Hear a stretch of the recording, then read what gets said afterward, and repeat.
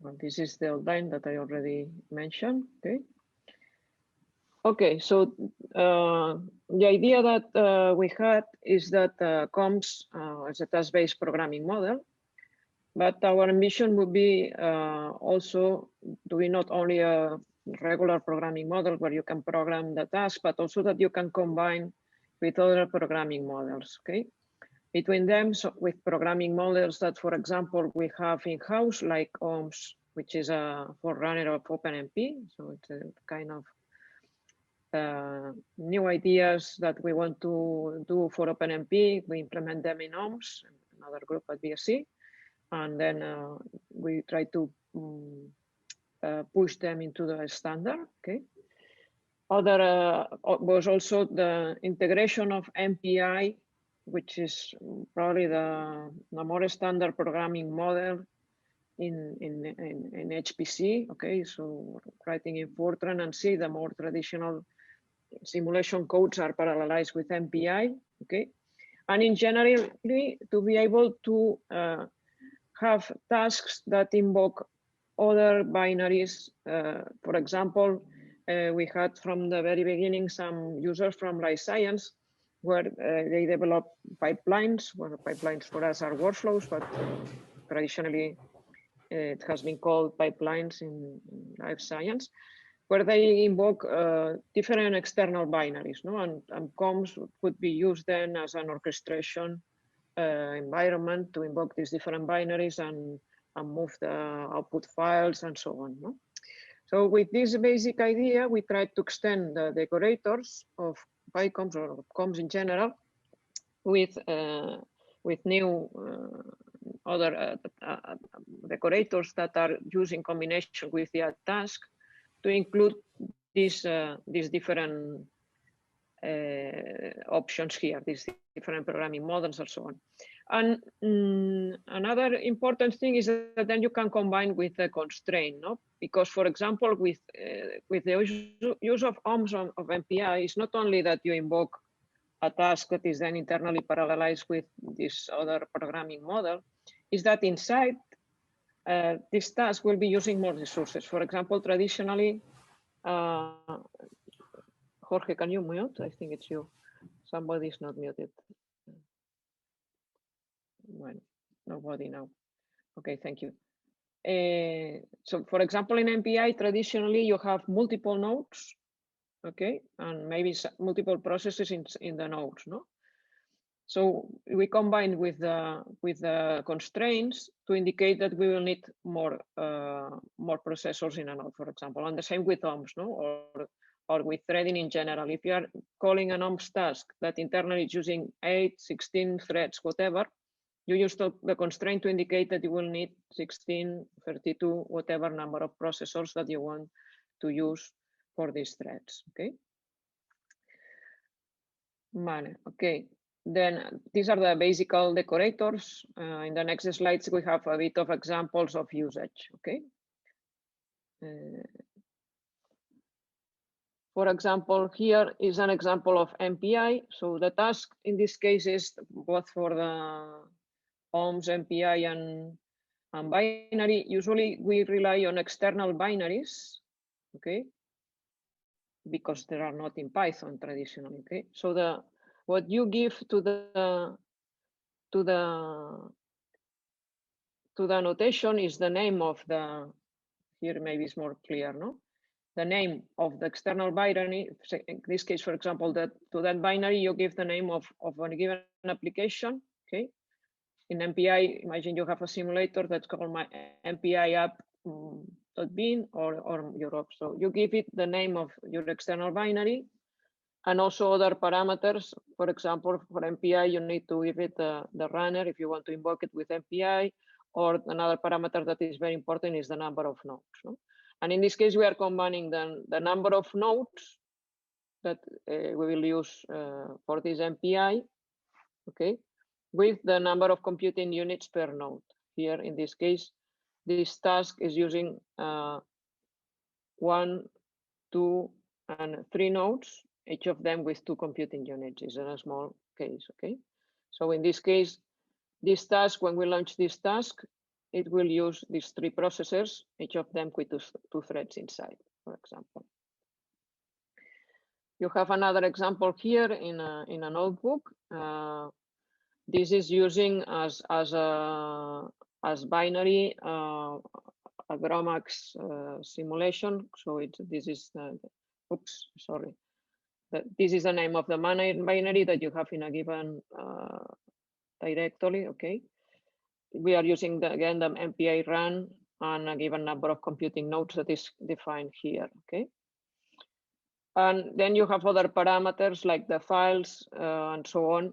But then you don't need to write the actual code, because the actual code in this case will be an invocation to this binary. So this task is wrapping the execution of this binary. And you can pass these different parameters, including the flags. Okay, imagine the different input files or output files are first have a prefix flag. Okay, so what PyComps will do is will build the call for. We have an example here. No, for example, in this case, it will build this invocation MPI run. We have two processes minus NP2, and it will use invoke this GMX MPI and with whatever parameters you are passing to it. Okay. So what will happen then is that PyComps or the runtime, when you have an invocation to this MDC run, MD run PC, will create this command, okay, and will invoke the command and will allocate the corresponding nodes or computing units inside the nodes, whatever are required. Okay. We'll execute this whole MPI application, and at the end we'll collect the outputs and results. Traditionally are in form of files, but objects theoretically are also supported. No? But it's not common because usually for a binary, what you have as input and output is a file. Okay. Okay, this is for the case of MPI. For binaries in general, is the same idea. Is simpler than for MPI. Basically, what you provide, sorry, I have problems with my mouse. But what you give basically is the name of the binary, for example, here, okay? You can also pass also the different parameters and prefixes to these parameters, okay?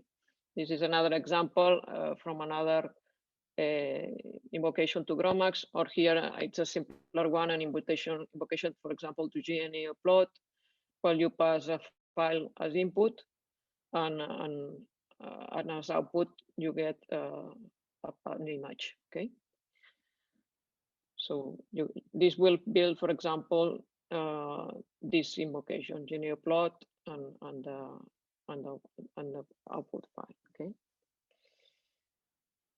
we have one example in one of the notebooks in the syntax directory. So let me. How I will do this. I need to stop the presentation. Okay, so if you go to your, well, if you want to follow with hands-on, or if not, I will do it for you, but it's the notebook 7, okay? So I'll need to first start my image. And now I'm trying to enlarge this, and it's not working. Okay. So what we have in this notebook, well, besides the first initializations that are the same, I will run it later. We have defined two tasks, and both of them invoke a binary. Okay. One of the binaries are, in fact, are common Linux commands. Okay, but as an example, you can imagine that these two Linux commands are your applications that are doing something. In this case is the set, okay, and in the other is the grep. Okay, the set, we use it to do some replacements in a file, okay, that we have initially write. So what we have is we pass a file as an in-out. So we will read and write this file, okay, and we pass an expression that we will replace on this file. So basically it reads a file, applies the expression that in this case in the example is doing a replacement, and then writes again the file. Okay. And the grep, well, the grep, you know that we can use it to find given sentences or words in a file. Okay. So in this case, we read a file. It's the file that we are looking for something, and we write the result as an output file. Okay, so you can do the grep both from the standard input or from a file. Okay, in this case, we are writing the result in a file. Okay, and we pass the keyword that we will want to grep. Okay, so these are defined at task. So the difference is that instead of having the code inside, since we are invoking the set, we are not giving any code here. It's empty, and the PyComps will create the corresponding command to invoke it, this set and this grep. And then what we are trying to do in the example, just that you see how we use it. In this case, we start writing some content on a file, okay, such as some dummy text. Hi, this is simple text. How are you? No? So this is not a task, but then we invoke both the set task and the grep task. Okay, and the set task reads and writes on the fin out. Okay, so it's reading and writing this file, and it's replacing the hi by hello. So this is what the task is doing in this case. And then we call the grep, reading this file. Okay, because it is the same that set was reading and writing, so it will have a dependencies, and it's writing another file. Okay, so we should be able to see in the monitor these dependencies. Okay, and then we can access the data. Okay, with the comps open. Okay, I will run it just all at a time. And if we go to the monitor,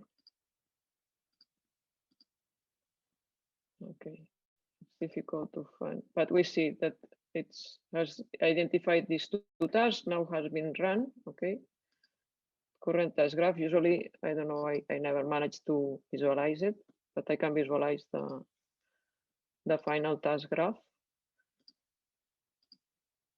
So in this case, the final task graph has only two tasks, okay, and have dependencies between them, no? Because the second task grep is reading the output of the set, okay. So you can use this binary annotation when you want to integrate in your workflows external binaries, and you can combine. In this example, the two tasks are invoking binaries, but you can have combination. You can have tasks that call to a task is Python code, tasks that invoke external binaries, tasks that invoke external MPI tasks, external MPI tasks. Yes, so you can combine all of them, and you can have combinations of tasks using different type of resources, no? And you can have tasks that are sequential, tasks that use multiple threads in one node, and tasks that use more than one node that are the MPI. Okay.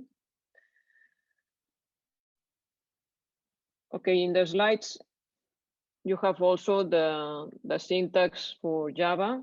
Okay, it's similar. In this case, for the binary annotation, okay, you can see the interface, how you have to modify it to see that this is a binary.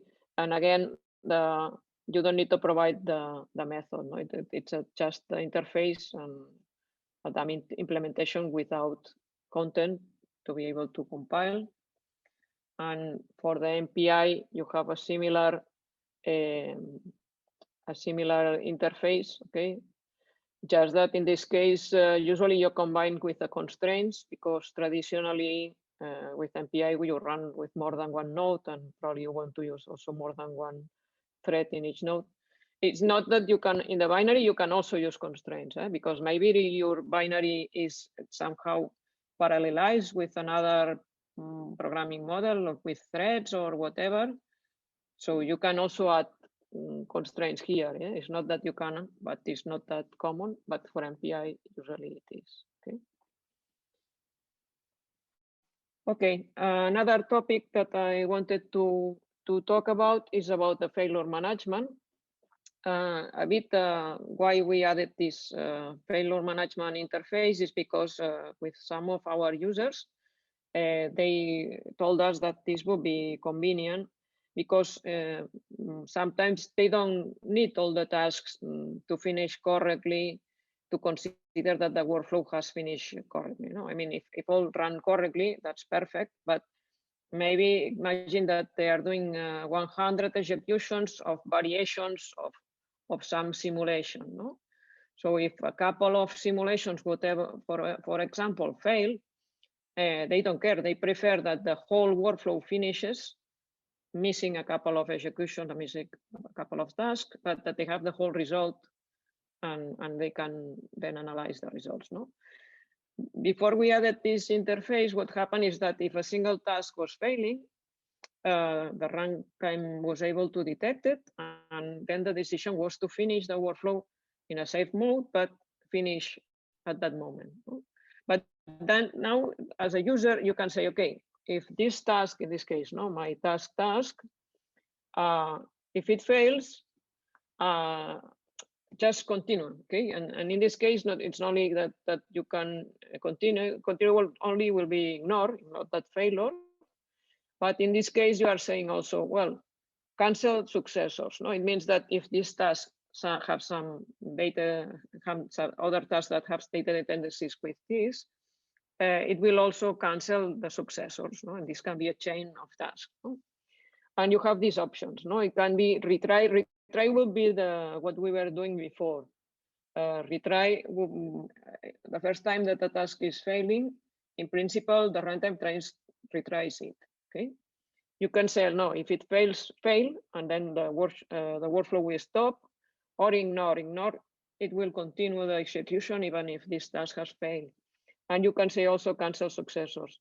And there are a few more that are not here documented, like retry and cancel successors, I think, and some others I forgot to add the options. Okay, but there is a set of options that you can choose here. Okay.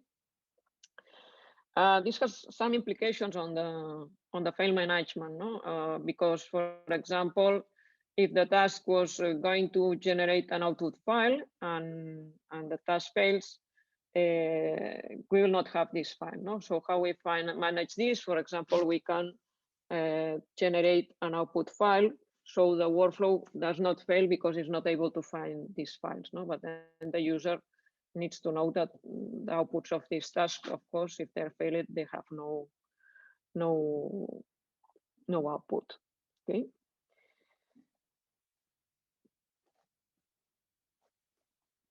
Okay, this also it's interesting because in this case you have more dynamicity in the workflow because the actual behavior of the workflow will depend actually on the result. No, if some tasks fail, the actual graph that is executed, the actual workflow is a bit different of the initial plan. Okay, okay, I have some examples on this other notebook. Okay, the 3.3. So I will move again to the Jupyter notebook. I will close this one. This is the 3.3, defining classes and objects with fault tolerance. Okay, this is an example that we have used to show multiple things. Okay, so you should be a bit familiar with this one. Okay, remember that in this notebook you have definition of a class and that has multiple methods defined. Okay, and in this case I used this downscale method. Since it's doing a division, if we do a division by 0, will fail. Okay, so I was protecting this failure with this cancel successors. Okay, so in case I have a division by 0, then the task will exit, okay? And then if it has successors, that we will see that in general for the workflow we have, it has successors, we will cancel them, okay? So what my main program is doing here is defining 5 different shapes, okay? And then I'm computing this scale size with a parameter, with parameter 2. Then I compute the area, and then I do the downscale dividing by I. No, I here it's 6, it's 5, it's 4. I will put it to 6, so the first time will not fail, and we can see the graph. So with 6, the first case will be 5, 4, 3, 2, 1. It will not divide by 0 and will work correctly. No, so if we run this, we can observe the. Sorry, and then after the downscale, there is this perimeter that has dependencies on the downscale. No, we will see this task graph here. If we run, oops, sorry, I wanted to run everything, and let's run all the workflow.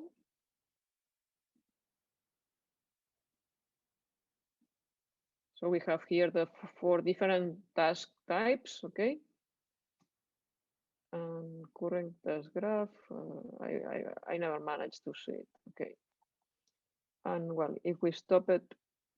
So one thing here, after I run it that does this scale size, area, downscale, and perimeter for each of the 5 shapes, I wait for these perimeters of the shapes, and I printed them. No? And these are the values. So I was able to get these values. Okay. If I look at the task graph, this is the task graph I have. I have 5 executions. Well, the legend is not correct.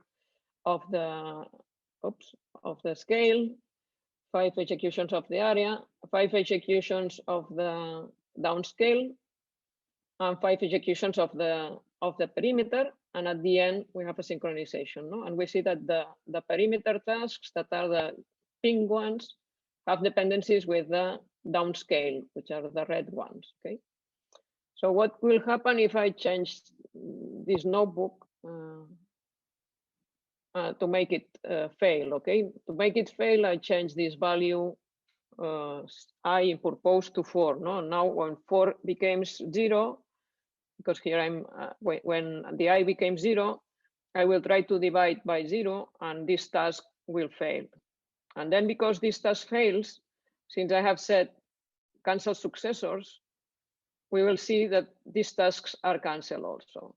Okay, and we are able to see this both in the log of the execution and in principle also in the console here.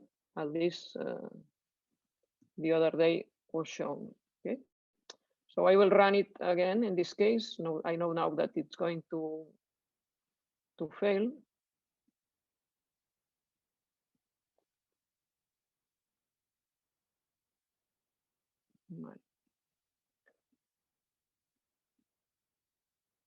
Now, if I go here to the number of tasks that have been executed, you see for the scale size, I have 5 as before, 5 for the area, but I have 3 executions of downscale and 3 of perimeter. Okay. If I check the task graph, this is a bit confusing because the task graph is built at the beginning and shows all the tasks, even the tasks that in fact have failed and have been cancelled. Okay, but if I look into the runtime log,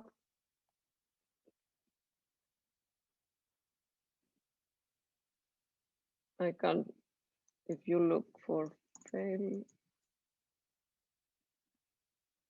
you see it's able to see that job 15 failed. Okay, task 15 and also task 19. So if we look here, these are the 2 downscale tasks, 15 and 19, that we are trying to divide by 0 or by a negative number, and it's failing. And then if we search for, well, it needs to cancel, you see, we find that tasks 16 and task 20 have been canceled, okay? Okay, and then if you go back to the execution also, when I try to check out the final perimeters, it complains because it cannot retrieve the two last perimeters, the two last perimeters that correspond to the task 16 and 20. And here is right, it's giving this warning, okay, saying as well, I cannot retrieve this because has not been generated, but it returns a known here to construct an object that is correct if we want to continue, okay? And I said that here. Okay, yes, you see also in the console, there were messages on tasks 15 fail, task 16 cancel, okay? And task 19 fail and task 20 cancel, okay? So you have this message here. Okay. I don't know if there are questions on this for the moment. Sorry. Yes, can I have? Yes, can I ask sure. Something? So yes. the difference between ignore and cancel successors is that ignore will create a file, it will like continue with the code, and cancel successors will just terminate tasks where it failed. Or I'm failing. I don't know if I understand the difference. See, the difference is that if ignore, we can try it with this, what happens. Ignore will only ignore that this task has failed, task 15 and task 19, but we'll try to execute task 16 and 20. Okay, okay. And it will fail then, there as well, then? Probably. So if you want, we try to see what happens, but I guess it will happen this and then everything will be crashing, probably, because we didn't protect the other task on failure. So this is the nice thing of the notebooks, that you can always try and play. So here, let me see. So I have task 15 fail, task 19 fail, and it's not complaining. So, okay, in this case, funny.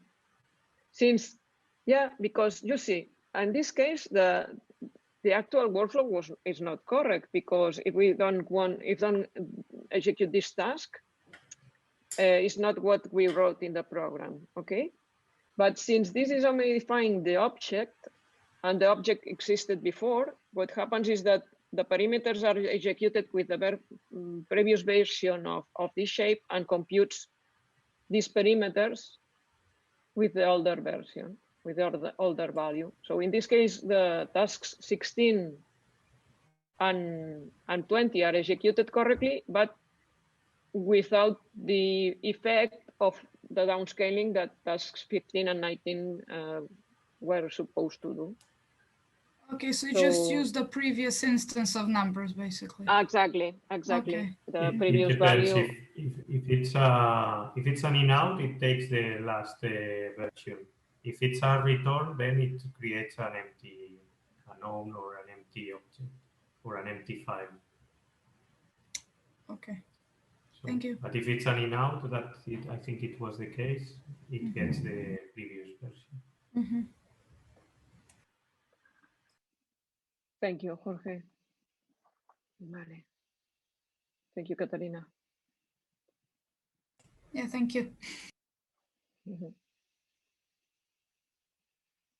Okay, in the slides you also have the syntax for Java. I will not go through it because I mean the idea is the same, just a bit different syntax, more adapted to Java, but you have the same. Okay. Just that in Java you have this comps worker cancellation point. Okay. That you need to include to indicate the point where a possible exception is checked. Okay. Then another mechanism that we added for exception management is presented in this slide. Here the idea is a bit different. Before it was that the task could fail and allow the runtime to react with regard this failure. Here is that in the task we detect some exception, some condition that is met, for example, a convergence condition, or that we have something in the task that we need to take into account, and to communicate this to the main program. So in this case, this COMPS exception is a way to communicate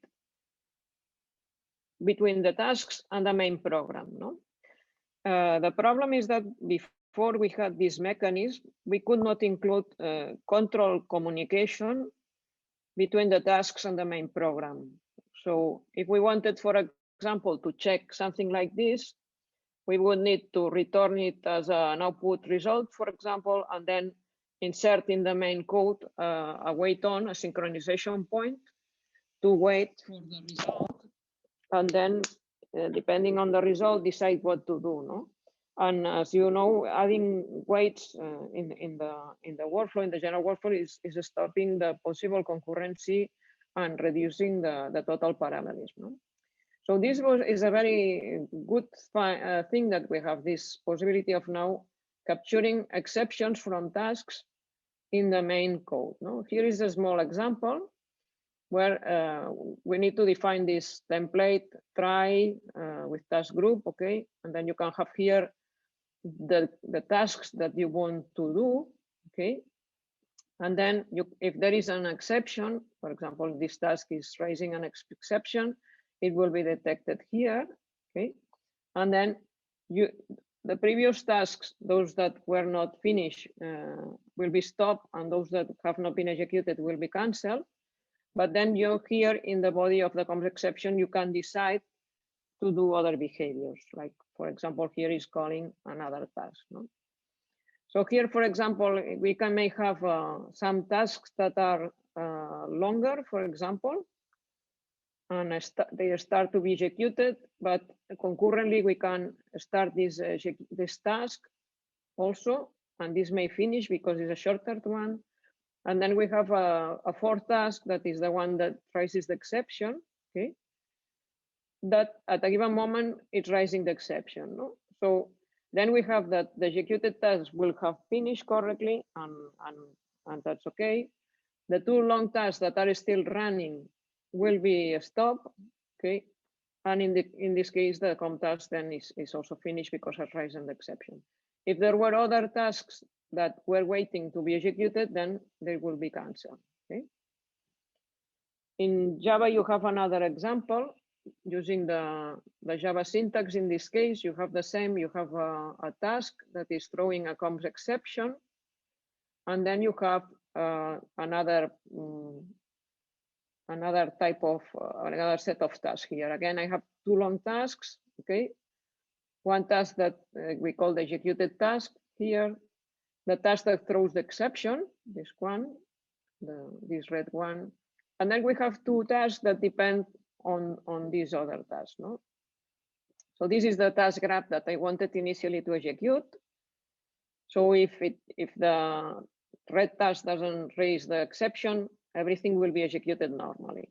However, if this red task raises the exception, what will happen? Well, the first task will have been executed because this one, if not, will be not started.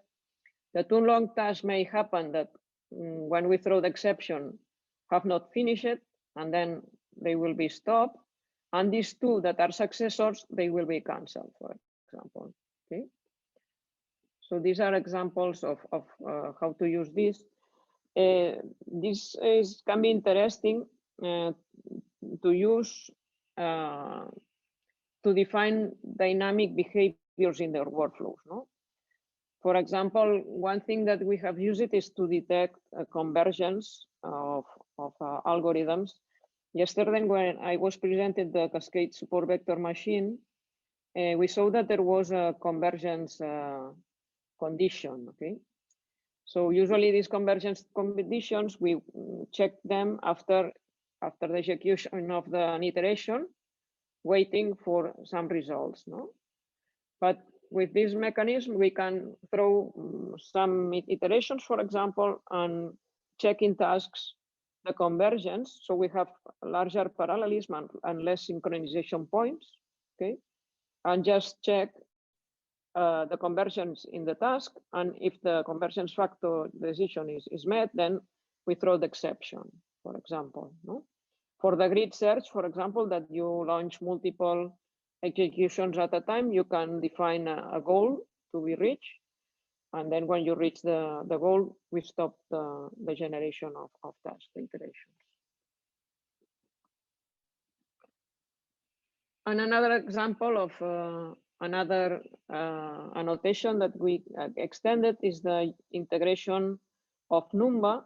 Numba is a just-in-time compilation package that is able to compile the Python into optimized code. So it converts to C, and then it compiles and optimizes. It can vectorize. It can also convert the code to GPU code. Okay, you can use the GPUs for acceleration, or vector units in vector processors, okay, for acceleration. No? So in order to integrate this with Numba, you can, well, we did this integration, but then you can use it by adding this in the annotation, for example, saying that we want to use Numba, or also you can put the JIT, which is the annotation from Numba, on top of the task annotation. Okay. In this case, we have the same code exactly, but one that is going to be compiled with Numba, and the other no, the other one that is not optimized with Numba. No, and we have another simple notebook with this, demonstrating this. Okay.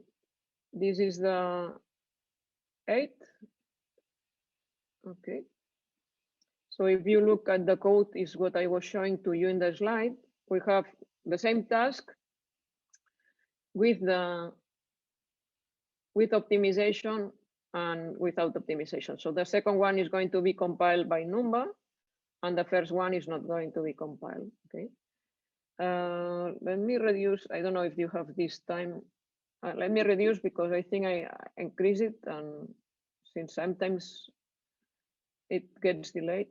Then in the main code, well, what we do is we call a number of times, in this case 8 times, the first task, okay, in the event loops, and the second task later. So we have 2 loops, and we wait after each of them to see the different times. Okay, so I'll run it everything.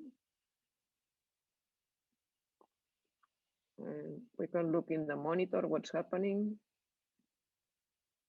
Well, no, it's already, I don't know why. Yes, after the barrier, I don't know, it's able to generate the task graph, but I wanted to see the task information. It's still running.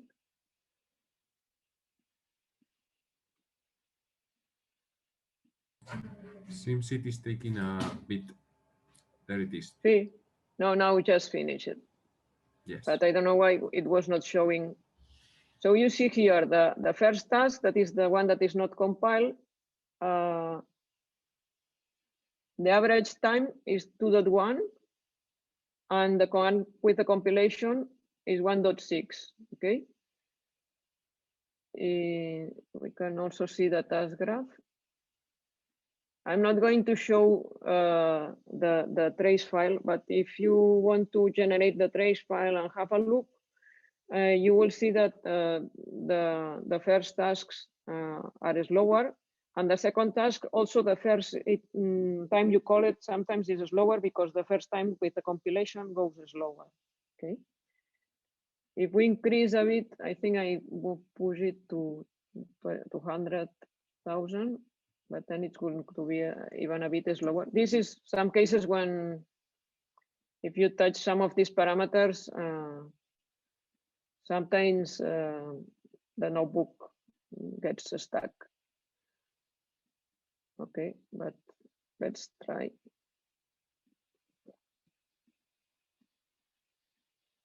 It is going to take a bit more. So I don't know why theoretically this task has finished the first set, and I don't know why the monitor is not able to show here the data. But well, Maybe it some is kind of maybe it is due to the refresh rate. maybe. Bueno. Probably it's not so close to check the runtime log so quick. Bueno, in the meanwhile, we can take questions, if any. Yes, there is one from Katarina.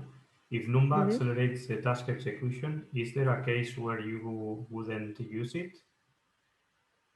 Ah, well, yes, you can use it always, of course, but it depends. If, for example, you are already using optimized libraries that are already optimized, no? Then you will not use Numba. In general, why we don't use it? Well, it can be also a bit of overhead of this compilation, no? But it's true why we are not using it all the time. Javi, any other I may say, answer?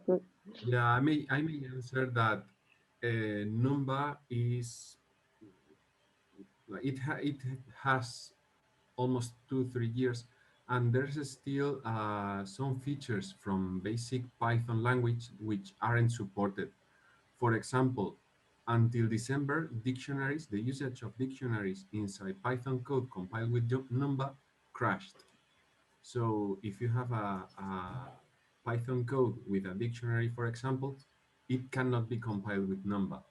So these kind of things makes that not all tasks or not all code can be compiled with Numba. So at the end, the best thing or the best candidates, the best pieces of code to be candidates are the ones that are, for example, using NumPy operations or these kind of things that have been already supported by Numba.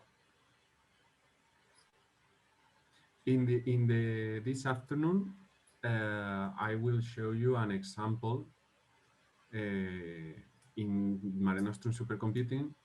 Well, an exercise and an example where you will be able to play a little bit and you will see what happens if it crashes or if there's something unsupported. Thank you, Javi. So in the meanwhile, the execution finished, and you can see now the difference is even larger. So the average execution time of the first set of tasks was reduced from 3.5 seconds to a bit less than 1 second.